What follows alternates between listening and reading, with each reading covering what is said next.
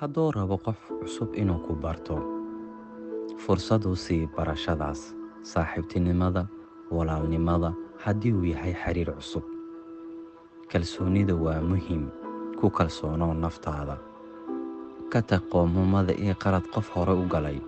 Ha ku xirin noloshaada, ileen qofkaas asaga maalin cad kaa tagay, ku cidleeyay.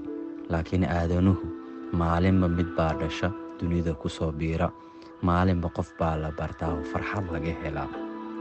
Kalsoonida waa muhiim. Isku kalsoonow, kuna kalsoonow inaad tahay qofkii shalay noolay ka hor qaladkii laga galay. Waxaa laga yaabaa inaad barashadaas cusub ku hesho saaxiib cusub, walaal cusub, garab cusub, dhiirigelin cusub, kaabis cusub iyo fursad kaa maqan oo aad heshay. Barashadu waa qaali. Horteedna dadka ha nicin.